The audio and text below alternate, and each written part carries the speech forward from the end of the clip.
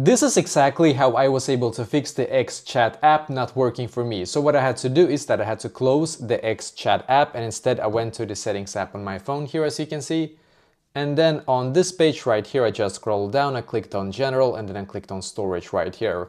And then we're just gonna wait for it to load here. As you can see, it's going to take us a couple of seconds to load this page here. And then in here, just click on applications on the search here. And then we need to just simply search for XChat and click on the app, and then click on offload app, and once again in here click on offload app. Just wait a couple of seconds for it to load now, so we're just gonna wait a couple of seconds and then click on the reinstall app button.